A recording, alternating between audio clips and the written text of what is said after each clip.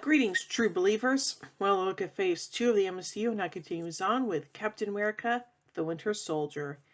And before I get into this, yesterday's video was kind of a bit chaotic because, well, I had a bit of an interruption, so I wasn't able to finish looking at the production elements of Thor the Dark World.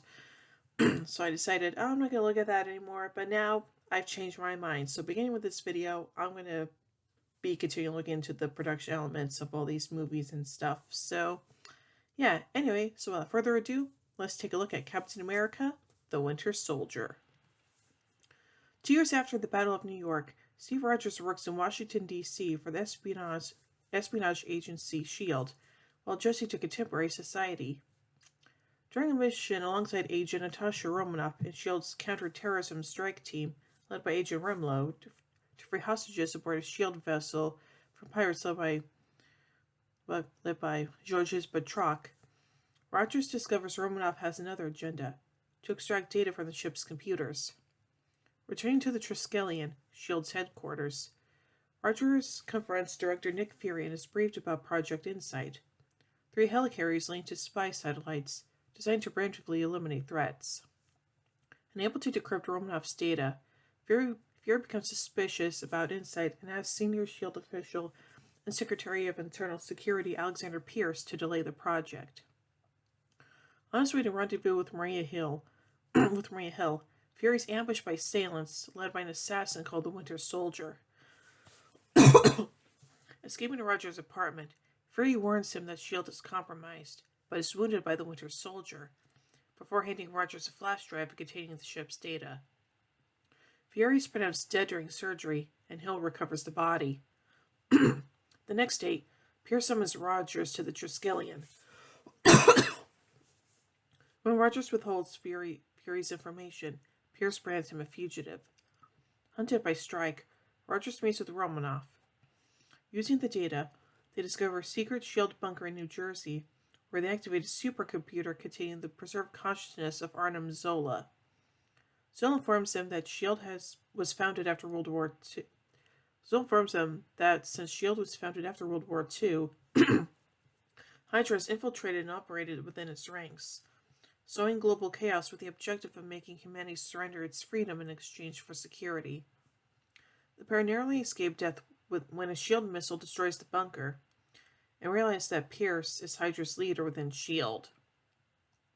Rogers and Romanoff enlist the help of former USAF pararescue man Sam Wilson, whom Rogers befriended, and acquire his powered Falcon wing pack. They capture S.H.I.E.L.D. agent Jesper Sitwell, a Hydra mole, forcing him to divulge that Zola had developed a data mining algorithm that can identify individuals becoming threats to Hydra. The Inside helicarriers will sweep the globe, using satellite-guided guns to eliminate them. Sitwell is killed in an ambush by the Winter Soldier, whom Rogers recognizes as Bucky Barnes, his childhood best friend who seemingly fell to his death on a mission, but was actually captured and experimented upon after World War II. Hill manages to extract the trio to a safe house where Fury, who had faked his death, plans to sabotage the helicarriers by replacing their controller chips. After the World Security Council members arrive for the helicarrier's launch, Rogers broadcasts Hydra's plot to everyone in the Triskelion. Romanoff, disguised as one of the council members, disarms Pierce. Fury arrives and forces Pierce to unlock S.H.I.E.L.D.'s database so that Romanoff can leak classified information, exposing Hydra to the public. Following a struggle, Fury kills Pierce. Rogers and Wilson storm 2 helicarriers and replace the controller chips, but the Winter Soldier destroys Wilson's suit and fights Rogers on the third. Rogers fends him off and replaces the final chip, allowing Hill to take control and have the vessels destroy each other. Rogers refuses to fight the Winter Soldier in an attempt to reach his friend, but as the ship collides with the Triskelion, Rogers falls into the Potomac River. The Winter Soldier rescues the unconscious Rogers before disappearing into the woods. With S.H.I.E.L.D. in disarray, Romanoff appears before a Senate subcommittee, while Fury, under the cover of his apparent death, heads Eastern Europe in pursuit of Hydra's remaining cells. Rogers and Wilson decide to find the Winter Soldier, while Rimlow, who was a Hydra agent, is hospitalized following the Triskelion's destruction. In a mid-credit scene, Baron Wolfgang von Strucker, at a Hydra lab, proclaims that the Age of Miracles has begun as scientists examine an energy-filled scepter. And two test subjects, one with superhuman speed, the other with telekinetic powers. telekinetic powers. In a post-credits scene, Barnes visits his own memorial at the Smithsonian Institution. And now on to the production of this movie, beginning with the development. In April 2011, before Captain America the First Avenger was released in theaters, screenwriters Christopher Marcus and Stephen McFeely announced that Marvel had already hired the duo to work in the film's sequel. In September 2011, Chris Evans said that a sequel may not be released until 2014.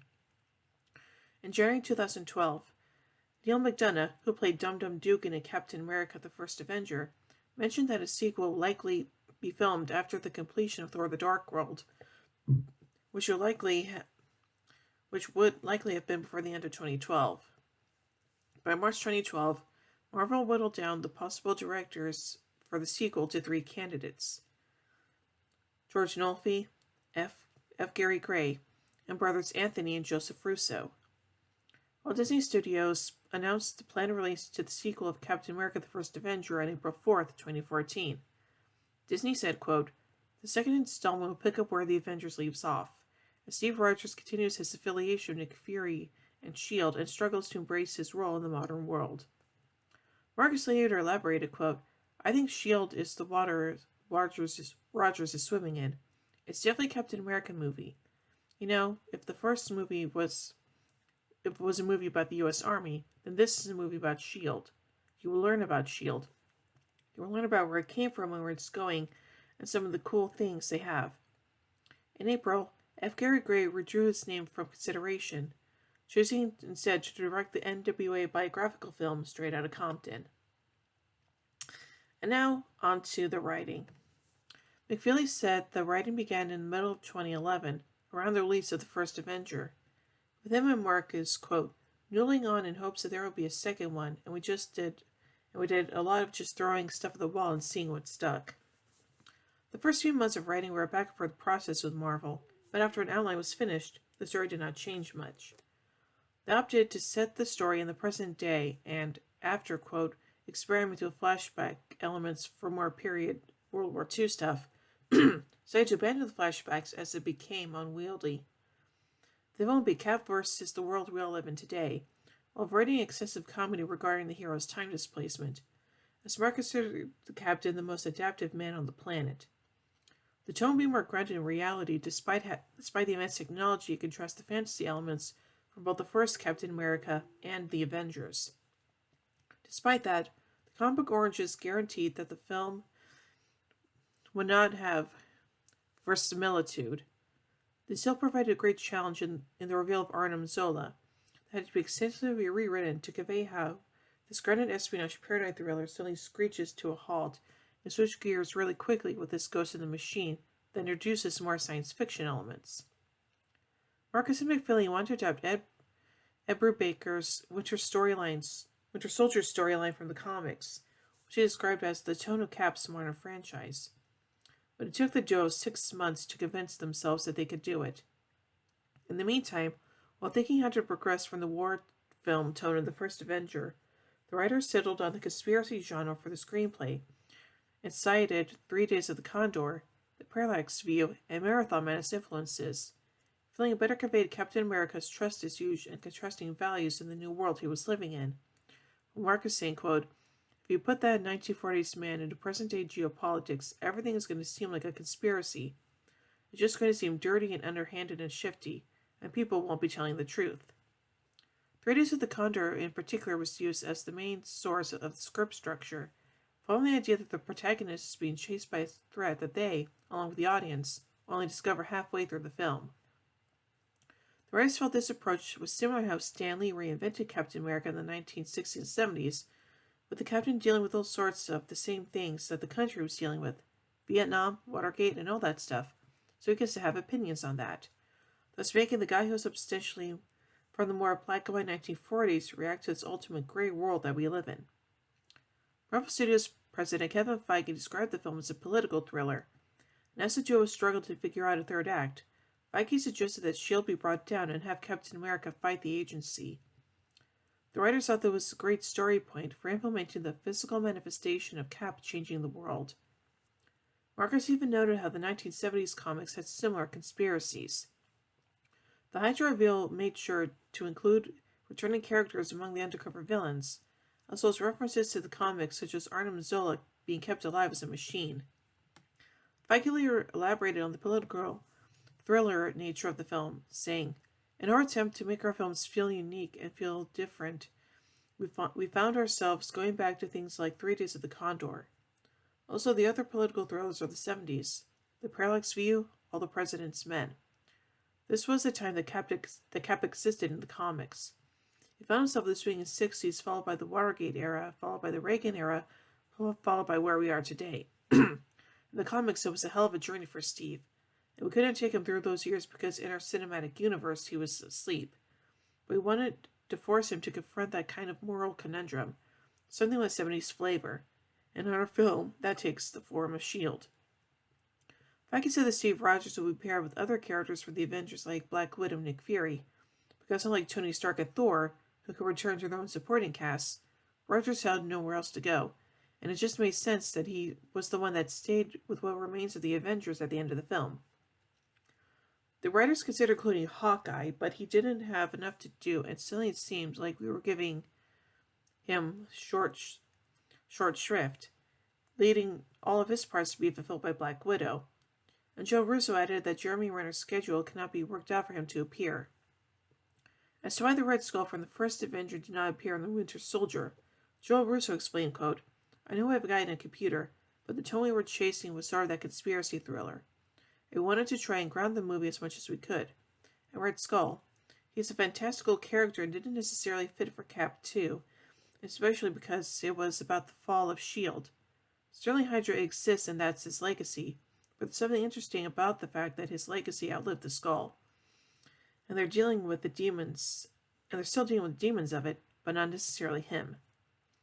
Chris McKenna, who worked with the Russo brothers in the sitcom Community, contributed to the script by writing jokes for the film.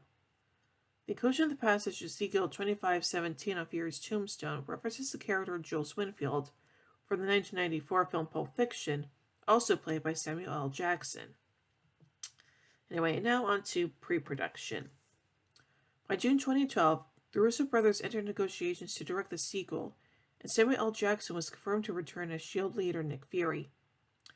Feige sought out the Russos after watching the genre-parodying Season 2 finale of Community, which Joe directed, for the additional ideas they brought to the initial story pitch. Joe Russo detailed that since the internet was for a political that the intent was for a political thriller, all the great political thrillers have very current issues in them that reflect the anxiety of the audience. The Russo brothers often include references to drone warfare, targeted killing, and global surveillance. Joe even noted how during principal photography, the issue became more topical due to the disclosure of several National Security Agency surveillance-related documents. At the 2012 San Diego Comic-Con International, it was announced that the official title for the sequel was Captain America, the Winter Soldier, and that the Russo brothers would direct the film. After signing on to direct, the Russo brothers met with Ed Brubaker to learn more about where the Winter Soldier came from, his thinking, and the themes behind the character. In July 2012, Anthony Mackie entered negotiations to star as Falcon alongside Chris Evans in the sequel. Sebastian Stan was also confirmed to be reprising his role as James Barnes. By August 2012, Anna Kendrick, Felicity Jones, and Imogen Poots were being considered frontrunners for a leading role in the film. In September 2012, Chris Evans said filming would begin in March 2013. Evans also said that Rogers' adjustment to the modern world, which was originally said to be included in the Avengers, would be better suited for Captain America, the Winter Soldier. At the end of the month, the Greater Cleveland Film Commission announced that Captain America, the Winter Soldier would film in Cleveland, Ohio, after the production was approved for a $9.5 million tax credit. Producer Nate Moore said that after also serving as a location in the Avengers, Cleveland's government was helpful in providing large locations for filming, which provided production value which we probably could not have built in a backlot. McFeely noted that while writing ambitious scenes, quote, I did not realize the great American metropolis would say, sure, shut down 3 miles of freeway and go to town. Portions of the film also scheduled to be shot in California and Washington, D.C. By October, Emilia Clarke, Jessica Brown Findlay, Teresa Palmer, Imogen Poots, and Alison Brie were being considered for Rogers' love interest in the film, as Scarlett Johansson was brought back to reprise her role as Black Widow. Later in the month, Frank Grillo was testing for the role of the villain Crossbones in the film. And by the end of the month, Grillo closed a deal to portray the character, and Colby Smulders signed on to reprise her role as Maria Hill from The Avengers. In January 2013, Haley Atwell, who played Peggy Carter in Captain America: The First Avenger, said that she would not appear in the sequel. However, Stanley Tucci, who played Dr. Abraham Erskine in the previous film, later said that Atwell would reappear in a flashback scene. Also in January, Marvel Studios announced that the film would be released in 3D, and Anthony Mackie said filming would begin on April 1st, 2013. Later that month, Toby Jones, who portrayed Arnim Zola in the first film, said he would reprise the role in the sequel. By the end of the month, stages were being built for a shoot at Raleigh Manhattan Beach Studios in Los Angeles. In February 2013, Emily Van Camp entered negotiations to play a female lead in the film. By March 2013, Maximiliano Hernandez was signed to reprise his role as S.H.I.E.L.D. agent Jasper Sitwell from Thor and the Avengers, and Robert Redford entered in talks to join the cast as a high-ranking member of S.H.I.E.L.D., which he later confirmed. Toward the end of March, UFC fighter Georges St. Pierre was cast as a character based on the comics Patrick the Leaper in the film. Powers Booth was asked to reprise his role from the Avengers, but was unable due to working on Nashville. Captain America's uniform was altered from the one seen in the previous films, with a Kevlar-based ballistic component that would protect Captain America but at the same time function like a military uniform. Joe Russo said, quote, "We wanted to use the super soldier outfit from the Steve Rogers Super Soldier series as a way to present, thematically, his place in the world of S.H.I.E.L.D. and the difference between working for S.H.I.E.L.D. and being Captain America." For the Falcon costume, the filmmakers were interested in adding more of a tactical design that was represented in the comic books, by including real-world webbing, straps and gear stripping away the more comic book elements. And now on to the filming. Principal photography began on April 1st, 2013 at the Raleigh Manhattan Beach Studios in Los Angeles under the working title Freezer Burn. Scenes taking place on the Marine Star were filmed on the Sea Launch Commander, docked in Long Beach, California. In early May, Dominic Cooper confirmed he would return as Howard Stark. On May 4th, 2013, production moved to Washington, D.C., with filming taking place at the National Mall and the Theodore Roosevelt Bridge. The following day, Gary Shandling was spotted on set, reprising his Iron Man 2 role of Senator Stern. Other filming locations in Washington, D.C. included the Willard Hotel and DuPont Circle. Filming in Cleveland began on May 17th and was scheduled to last until mid-June, with locations scheduled on the West Shoreway, the Savoy Wastewater Treatment Plant in Cuyahoga Heights, and the Lakeview Cemetery Dam. Cleveland was chosen as a stand-in for Washington, D.C., with the city's East 6th Street doubling as 7th and D Streets in Southwest D.C. Other locations in Cleveland included the Federal Reserve Bank of Cleveland, the Cleveland Public Library, Cleveland State University, the Cleveland Arcade, Tower City Center, the Cleveland Museum of Art, and the Western Reserve Historical Society. Interior shots were also filmed inside private homes and the Pilgrim Congregational Church in Tremont. Filming in Cleveland concluded on June 27, 2013.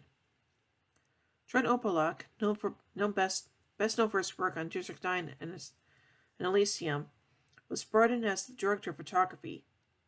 Opalak said that while attempting to emulate the 1970s thrillers that served as inspiration for the writers and directors, the staging lighting tried to bring realism through classic framing and naturalistic lighting, and the filming was done with handheld cameras. To achieve this, Opalak used Arri Alexa Plus 4.3 cameras with Panavision anamorphic lenses and Codex digital recorders. Soberg aimed for realistic action, prioritizing practical effects.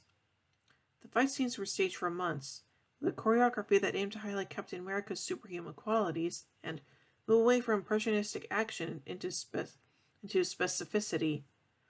The radar on the shield vessel had stealthiness as the captain knocked out enemies to avert detection.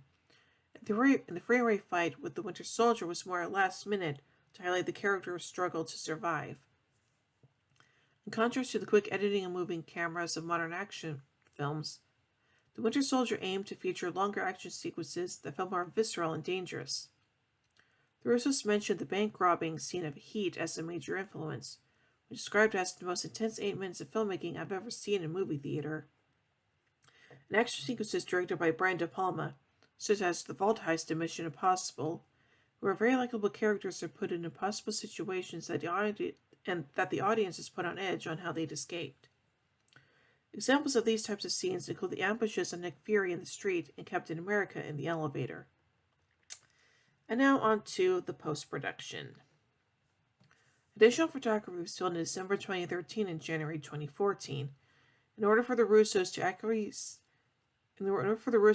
show the state of each character after the defeat of S.H.I.E.L.D., having read the script of Avengers Age of Ultron to guide their choices. Joss Whedon, director of the Avengers and Age of Ultron, wrote and directed the mid-credits scene, which featured Wanda Maximoff, Petra Maximoff, and Baron Wolfgang von Strucker. The title sequences were created by a design firm, Swarovski, who worked with the Russos since Community. Swarovski collaborated with comic book artist David W. Mack on the sequences. Anthony Mackie said the Russo brothers relied on minimal use of computer-generated imagery, stating, quote, "The Russos, what they did was so great was they wanted to stay with live action, which is a dying art form. If they can build it, they built it. If we could do it, we did it. They wanted to use as little CGI as possible. That's why the movie looks so great." Nevertheless, 6 special effects companies are involved in creating the visual effects of the film, including Industrial Light and Magic, Scanlan VFX, Lola VFX, Luma Pictures, Whiskey Tree, and the Embassy, with pre-visualization completed by Proof. The film contained 2,500 visual effects shots, with 900 were done by ILM. The film featured extensive use of digital doubles. Russell Earl, ILM visual effects supervisor, said, quote, "The character that we did the most work on was Falcon.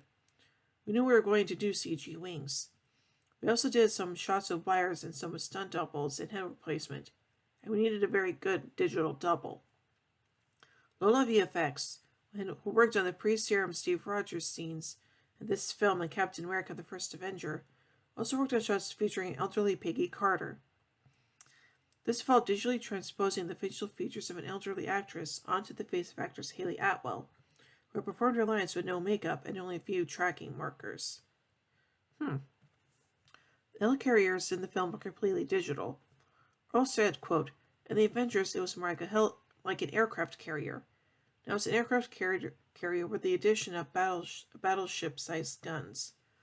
We were all over the carriers with a virtual camera. We were on the decks. We were flying next to them. We had a lot of close-ups and different angles. And we didn't have just one. We had 3. On top of that, we had to destroy them all." The CGI environment was also used in close-ups. Earl said, quote, "The challenge was to get in all of the detail to make it feel like it is a real working ship. We created details down to the railings and the human scale stuff.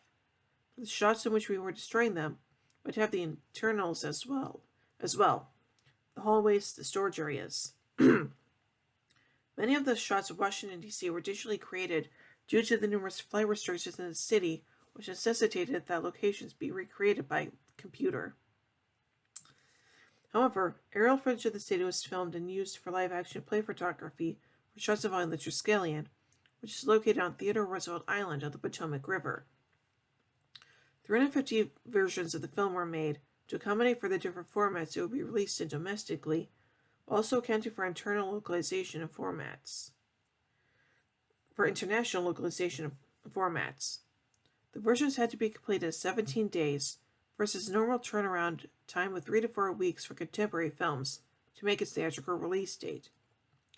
One of the various changes for localization was the contents of Captain America's notebook was seen at the beginning of the film. The first 5 were different depending on where the film was released, where the final 5 items were the same across all prints.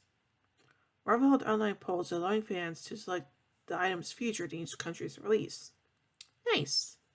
And now finally on to the music. In 2013, Henry Jackman announced that he would compose the film's score. And about the score, Jackman said, quote, "It's 50% production and all the tricks I've learned from spending years in the record industry, but then it's also got the kind of injection of symphonic, thematic, heroic music that all kind of merges into a musical and hopefully coherent piece."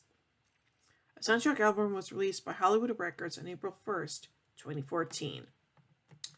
So overall, this is definitely hands down my personal favorite film in Phase 2 of the MCU, and it's also my favorite film in the Captain America series, so yeah.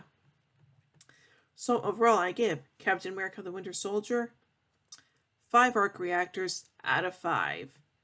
Anyway, tomorrow as we take a look at Guardians of the Galaxy. Oh yeah. So until next time, in the words of the late great Stan Lee, Excelsior!